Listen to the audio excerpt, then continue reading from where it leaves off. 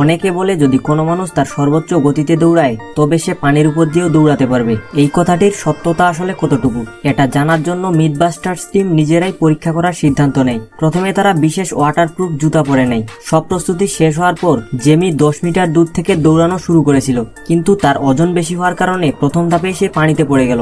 এরপর অ্যাডাম একটু দূরত্ব বাড়িয়ে 25 মিটার দূর থেকে দৌড়ানো শুরু করলো, কিন্তু ফলাফল সেই একই রকম। স্লো মোশনে দেখা গেল যে পানি স্পর্শ করার আগেই সে ডুবে যেতে শুরু করেছিল।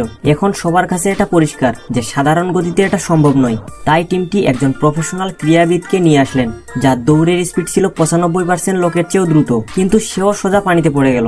এরপর তারা ভাবতে লাগলো এবার নতুন কিছু করতে হবে। তারা টিকটিকি থেকে আইডিয়া নিয়ে টিকটিকির মতো জুতো এবং একটি নকল লেস তৈরি করলো। এরপর একজন হালকা পাতলা মহিলা খেলোয়াড়কে ডেকে নিয়ে আসলেন, কিন্তু এই আইডিয়াটাও কোনো কাজে আসলো না, সেও পানিতে পড়ে গেল। এরপর হঠাৎ ক্যামেরার মধ্যে অ্যাডামকে পানির উপর দৌড়াতে দেখা গেছিল, কিন্তু আসল সত্যটা ছিল অন্যরকম। তারা পানির নিচে 5 মিটার লম্বা কাঠের তক্তা রেখেছিল। অবশেষে প্রমাণ হলো যে গতি যাই হোক না কেন, শুধু দৌড়ের মাধ্যমে পানির উপরে দৌড়ানো অসম্ভব।